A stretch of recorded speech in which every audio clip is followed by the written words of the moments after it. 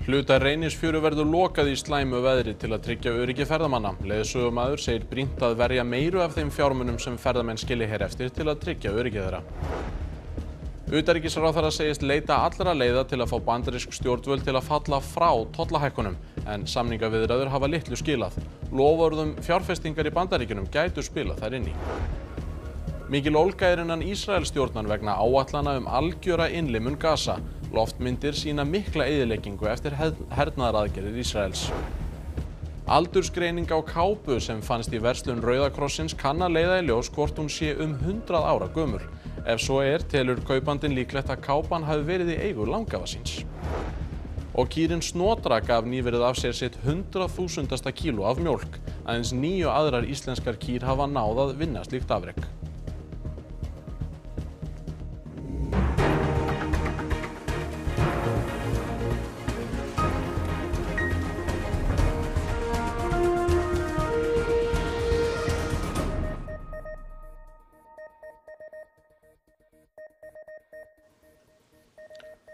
Gott kvöld.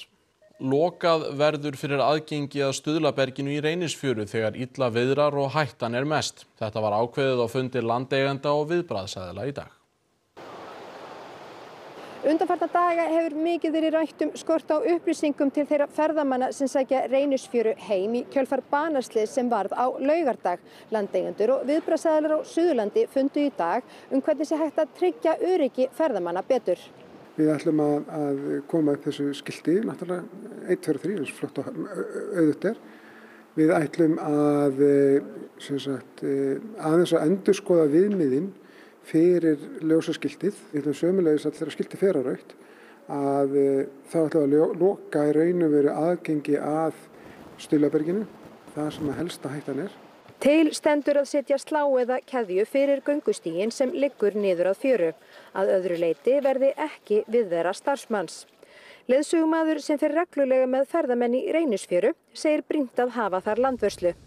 Við verðum að hafa vörslu þarna. Að séu landverðir í Reynisfjöru og þeir eru alveg færir að smala köttunum saman upp úr fjörunni.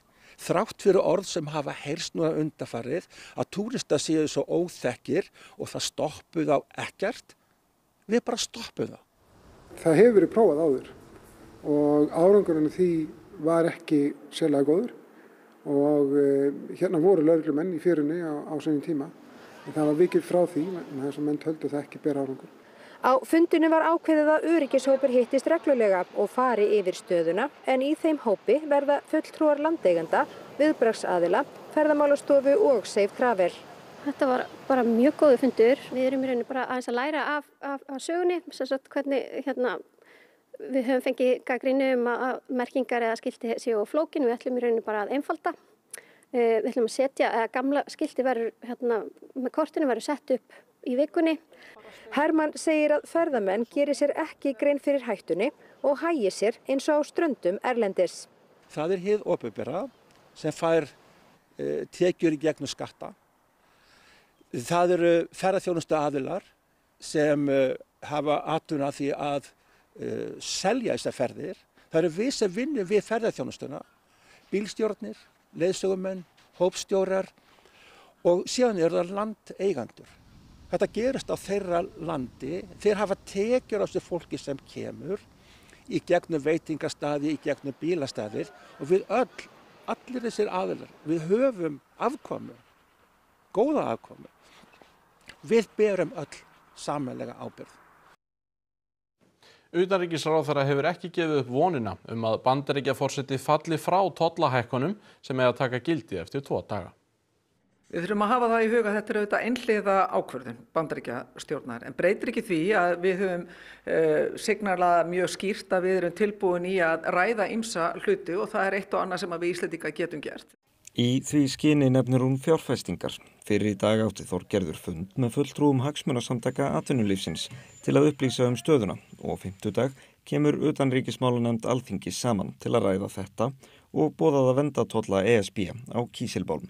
Við munum fara mjög grundigt yfir alla fleti, alla þætti sem við getum sett inn í þetta samtal sem vonandi leiðir til þess að við getum fengið lægri tolla heldur en núna er.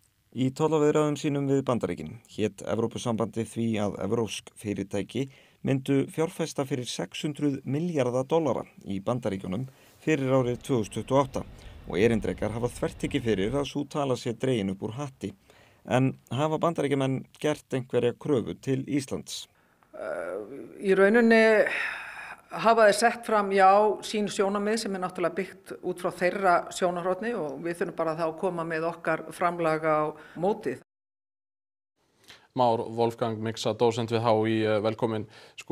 Íslendingar, við erum lítil þjóð í samanburði við Bandaríkin. Erum við í einhverju samningsstöðu? Getum við eitthvað sýnt klærnar?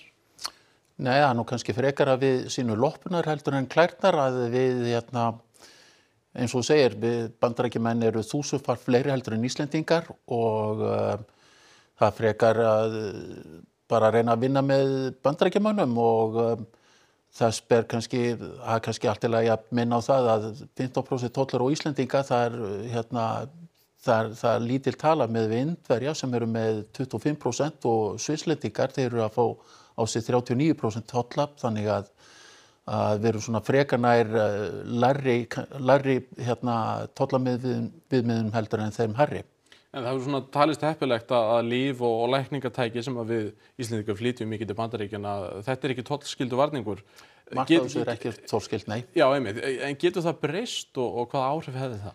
Já, það ekkert útilokað að það verði breytinga þar á, þannig að þetta tæplega þriðjungur af okkar vöruútflutningi til Bandaríkjanna, þannig að hugsanlega á staðan eftir að versna ekki batna.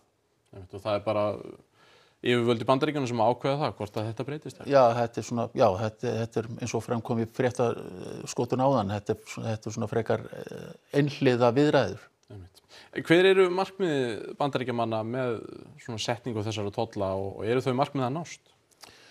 Markmiðin eru tiltölulega einföld í sjálfu sér að það er að laga viðskiptahallann. Bandaríkjamenn hafa verið að kaupa vörur í miklu meira mæli heldur en selja vörur til annarra þjóða og þjóðarskuldir Bandaríkjanna hafa verið að aukast vegna þessa, meðal annars vegna þessa og þetta einföld leið til þess að þá minnka samkeppnishæfni innlendra vara. Þú ert neytandi í Bandaríkjunum og þú ert að bera saman tvær álíka vörur, önnur en innflutt en með kannski 15-20% toll, hinn ekki, þá eru meiri líkur á því að sá neytandi kjósi að kaupa bandarísku vöruna.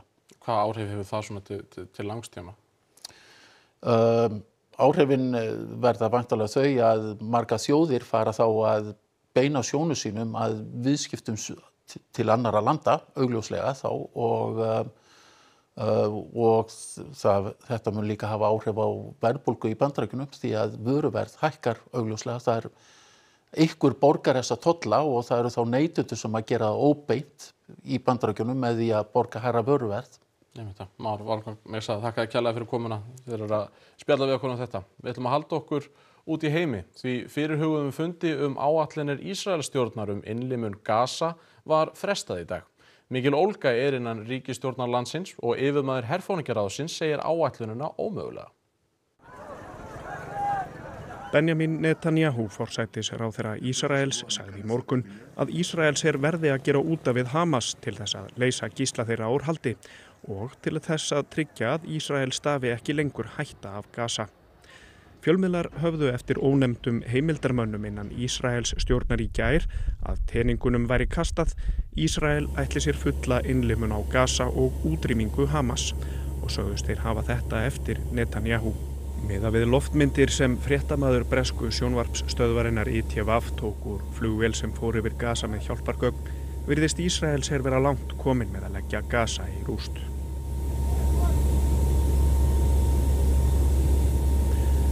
Áætlunin vekur miklar deilur innan Ísraels stjórnar, sérstaklega eftir að yfirmaður herforingjaráðsins lýsti andstöðu sinni við hana.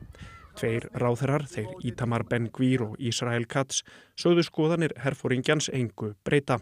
Honum beri að hlíta ákvörðunum ríkisstjórnarinnar. Á meðan ráðherrarnir þrátta við yfirmann hersins halda árásir Ísraels hers á Gaza áfram. Minnst 26 voru drepin í árásum Ísraels manna í dag. Þar af 14 sem biðu í röð eftir neyðarbirgðum. غصبا عننا بدنا ناكل طنياتنا، انا مخلف عندي اولاد صغار، كيف بدي اطعميهم؟ ما حدش بيرحم حد اليوم. زي يوم القيامه نفس الدنيا. بنقاتل بناخذ، بنقاتلش ما بناخذ. هذه اسمها مصاعد الموت، اسمها مساعدات الدول والدم. هذه مش مساعدات بالطريقه، يعني اول حاجه اذا ما متش من اطلاق النار بتموت من الشلول. Hingað heim, dómsmálaráðherra ætlar að endurskoða reglur dvalarleyfi og gera auknar kröfur til umsækjenda. Hún boðar stefnubreitingu og vill horfa til Norðmanna. Ítarleg greining á stöðu dvalarleyfa unnin í dómsmálaráðuneytinu. Ráðherra segir að stefnuleysi hafi ríkt í málaflokknum hjá fyrri ríkisstjórnum. Við eigum dæmi í dag það að of miklar glufur í kerfunum, sérfræðingarleyfi til dæmis, hafi skilað því að fólk hafi komið hingað til lands í veikri stöðu á dvalarleyfi á veikum forsendum og þetta hefur í dag til dæmis framkallað stærstu mansalsrannsókn Íslands. Þannig það ábyrgðar hlutverk að vera með þessa hluti í lagi, gagnvart hagsmunum þeirra sem að hér búa og gagnvart hagsmunum þeirra sem hingað koma til lands. Dvalarleyfiskerfið á Íslandi hefur að manni virðist bara svona þróast án þess að stjórnvöld hafi haft yfirsýn það hversu margir eru að koma til landsins, í hvaða tilgangi. Stjórnvöld hafa heldur ekki verið markviss það að taka vel á móti fólki. Frá árinu 2017 hefur fólksfjölgun á Íslandi verið borin uppi af erlendum ríkisborgurum. Þorbjörg vill herða á reglum og hækka gjaldskrár fyrir dvalarleyfi. Að þessi mikla fólksfjölgun á ekki lengri tíma, hún hefur haft samfélagslegar afleiðingar í för með sér og hún hefur skapað spennu í samfélaginu. Þess vegna erum við að rýna þetta og þess vegna mun ég á næstunni leggja fram tillögur það að herða á þessum reglum og hækka gjöld fyrir dvalarleyfi á Íslandi. Gjaldskrá fyrir dvalarleyfi á Íslandi áberandi lægri en á hinum Norðurlöndunum. Í Noregi var áður mikil ásókn í dvalarleyfi og þar var mótuð ný stefna sem hefur skilað sér í fækkun umsókna. Við viljum afnema sér íslenska reglur.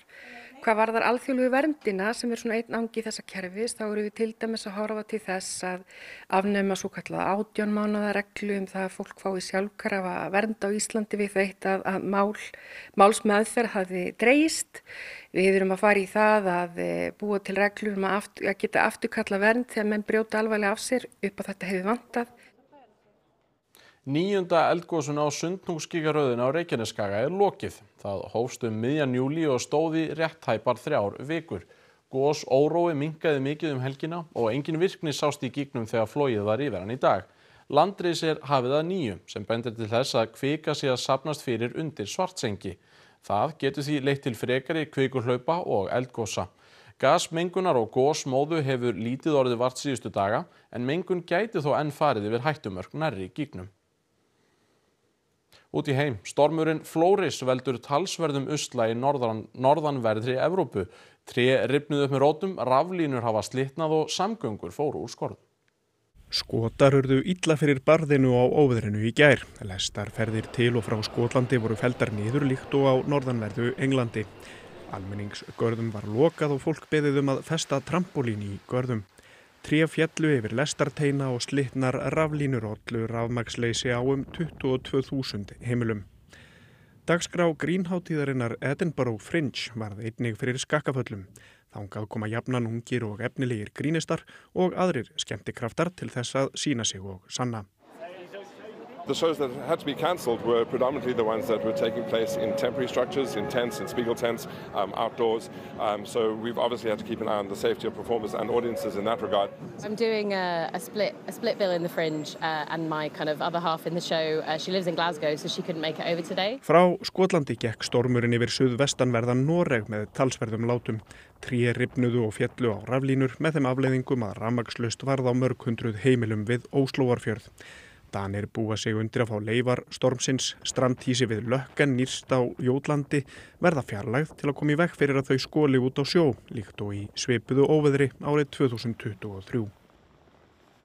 Hinsegin dagar í Reykjavík hófust í dag og fjölmenni var við setningu hátíðarinnar við Ráðhúsið. Helga Haraldsdóttir, formaður hinsegin daga og Sanna Magdalena Mörtudóttir, forseti borgarstjórnar, fluttu ávörp við setninguna og hinsegin fánar voru dregnir að húni. Gestir geta tekið þátt í að krýta transfánan á gangstéttina fyrir framan Ráðhúsið alla vikuna. Hátíðin nær hámarki á laugardag þegar gleðigangan verður farin frá Hallgrímskirkju. Breytingin mikil, ábáslega mikil og það sést líka bara eftir hverja hinsegunda, eftir hvert ár þá verður ásókn til dæmis í ráðgjöf hjá samtökunum 78 nær hún algjörum hápunkti. Og það bara út af þessum sýnileika og fólk kannski fyrst að treysta sér að koma og ræða sín mál og fá aðstoð. Svo í gleðigöngunni sjálfri á laugardaginn erum við alltaf að stækka við okkur. Við erum komið með rúm 40 hópa sem að ganga saman og svo náttúrulega alltaf svolítið eftirvæntinga eftir honum Páli Óskari sem endar gönguna alltaf með pomp og prakti. Heimsókn Höllu Tómasdóttur forseta Íslands til Kanada lýkur í dag. Hún hefur verið þar síðan fyrir helgi í tilefni þess að 150 ár eru frá því að stór hópur Íslendinga kom til Manitoba og stofnaði þar nýja Ísland. Þessara tímamóta var minnst með ýmsum hætti en hátíðahöldin náðu hámarki í gær á sjálfum Íslendingadeginum. Þar tók forseti þátt í skrúðgöngu og flutti hátíðaræðu þar sem hún sagðist finna fyrir því stolti sem margir Kanadamenn af íslenskum ættum finna fyrir vegna ætternisins. Á dögunum fannst falleg kápa í Rauða krossbúðinni á Laugaveginum í Reykjavík. Sá sem keypti hana telur hana geta átt ansi merka sögu. Svo virðist sem að þessi ermi hafi verið endurnýtt af einhverju öðru. Vegna þess að hún er öll málið að innan. Eða teiknuð að innan með einhverju munstri sem að virðist hafa verið gæti hafa verið kannski partur af tjaldi eða einhverju. Móðir Elíasar sá kápuna fyrir tilviljun í búðinni og Elías mætti daginn eftir og keypti hana. Hann telur líklegt að kápan sé frá þeim tíma sem langafi hans bjó á slóðum Vestur Íslendinga í Kanada. Þá býsti við að þessi vefnaði sé eitthvað svona sem að hann gæti þess vegna verið 100 ára gamall eða meira. Allt annað, til dæmis eins og þessi hörtvinn hérna, þetta er eitthvað sem að þeir gætu hafa búið til einhvers staðar annar staðar. Eða búið til sjálfur, Þarf ekki að hafa verið keypt í búð. Hvernig skinn er þetta sem er þarna? Þetta er skinnið sem að þeir nota, sem að er dádýraskinn eða elgskinn. Allar tölurnar eru ýmist skeljar eða gamlir kínverskir koparpeningar sem voru notaðir sem saumaskraut í Norður-Ameríku á 19. öld. Kraginn er úr selskinni. Langafi Elíasar fluttist til Gimli í Manitoba árið 1912 en flutti aftur til Íslands árið 1930, þá orðinn ekkill með 7 börn. Eftir heimkomu klæddist hann oft gerðarlegri flík með kögri og útsaumuðum perlum sem hann fékk þegar hann bjó meðal indjána. Og svo spurði ég ömmu hvernig það væri hægt að búa til síróp úr trjám og hún útlistaði þessu öllu saman fyrir mér. Mér fannst aldrei neitt undarlegt við það að hún hefði svona einhverjar indjánaþekkingu eða þannig. Elíasi langar að senda kápuna í aldursgreiningu. Og ef aldursgreining sýnir að hann er eldri en 90 eða 100 ára, þá væri kannski hægt að skoða, þá væri hægt að upprunagreina þetta hérna með ístópagreiningu. Á norðuri land. Kýrin Snotra hefur verið mikill happafengur fyrir bændurna í Villingadal í Eyjafirði. Snotra er 10. íslenska kýrin til að ná að mjólka 100.000 kíló af mjólk yfir ævina. Hún fæddist 2010 og er alla tíð búin að standa fyrir sínu, var svolítið erfið í upphafi. Þær taka misvel mjöltum. En hún er ekkit eftirminnileg, hún var ekki það erfið, Ég hef átt erfiðar í skepnur. Snotra átti sannarlega eftir að reynast vel og þann 18. júní rauf hún formlega 100.000 kílóa afurðamúrin. Og hvað heldur að verði til þess að hún er svona öflug? Það má hamingja vita. Það er upplægið því að hún er náttúrulega það sem að hjálpar henni, hún er skapmikil, tiltölulega, ekki skapbíll, hún er skapmikil og þessar skapmiklu þær hafa kraftinn til að taka á móti sjúkdómunum. Það er engu logið þegar að sagt er að Snotra sé skapmikil. Hún vildi ekkert með fréttamenn hafa og lagði sig alla fram við að forðast myndatökur. Líst þér illa á þetta allt saman? Já. Oj. Þetta er bara ég. Já.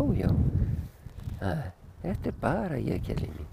Árni segist ekki gera upp á milli kúnna sinna og því sé Snotra ekkert í meira uppáhaldi en aðrar mjólkurkýr. Hún fær ekkert meira heyja en eitt. Hún fékk enga rjómatertu þegar hún náði takmarkinu. Það er óhætt að segja að álag hafi verið á júrunum hennar Snotru í gegnum tíðina. Svo hún spókar sig í svokölluðum júurhaldara sem léttir henni lífið. Hvað er það svo sem tekur við hjá Snotru? Munum bara halda áfram að standa fyrir sínu eins lengi og hægt er eða? Já, að vísu er ég orðin dálítið uggandi. Það gengur alveg djöfulega að koma í hana kálfi núna. Ef það fer sem horfir þá missi ég trúna á sæðingamanninu. Fyrst og fremst honum. Já, þetta er aldrei kunnið að kenna, ekki nokkuð tíman. Kíkjum þá að veðrið. Hæglætis veður á landinu og milt, dálítil rigning eða súld sunnanlands, bjartara og stöku skúrir norðan og austalands, en þykknar smám saman upp fyrir norðan með rigningu þar seint á morgun. Nánar það hér að loknum íþróttafréttum. Heimsmeistarmót íslenska hestsins sem haldið í Sviss fór af stað í dag. Íslendingar nældu sér bæði í gull og silfur. Margir af bestu kylfingum landsins kepptu í góðgerðarmótinu Einvígið á Nesinu í gær. Framundan er Íslandsmótið í golfi á Hvaleyrarvelli helgina. Og svo er það fótboltinn. Blikar styrktu stöðu sína á toppi bestu deildar kvenna í fótbolta í gærkvöldi með 3-0 sigri á Val. Ekki missa af íþróttafréttum hér rétt á eftir. Rauðum það upp helstu atriði frétta. Hluta Reynisfjöru verður lokað í slæmu veðri til að tryggja öryggi ferðamanna. Leiðsögumaður segir brýnt að verja meiru af þeim fjármunum sem ferðamenn skilja hér eftir til að tryggja öryggi þeirra. Utanríkisráðherra segist leita allra leiða til að fá bandarísk stjórnvöld til að falla frá tollahækkunum, en samningaviðræður hafa litlu skilað. Loforð fjárfestingar í Bandaríkjunum gætu spilað þar inn í. Mikil ólga er innan Ísraelsstjórnar vegna áætlana algjöra innlimun Gaza. Loftmyndir sýna mikla eyðileggingu eftir hernaðaraðgerðir Ísraels. Aldursgreining á kápu sem fannst í verslun Rauða krossins kann að leiða í ljós hvort hún sé 100 ára gömul. Ef svo er, telur kaupandinn líklegt að kápan hafi verið í eigu langafarsins. Og kýrin Snotra gaf nýverið af sér sitt 100.000. kíló af mjólk. Aðeins 9 aðrar íslenskar kýr hafa náð að vinna slíkt afrek. Þessi fréttatími er á enda. Nýjustu fréttir verða lesnar í útvarpi klukkan 10 í kvöld og svo birtast þær sömuleiðis allan sólarhringinn á vefnum. Við þökkum fyrir að sinni, verið sæl.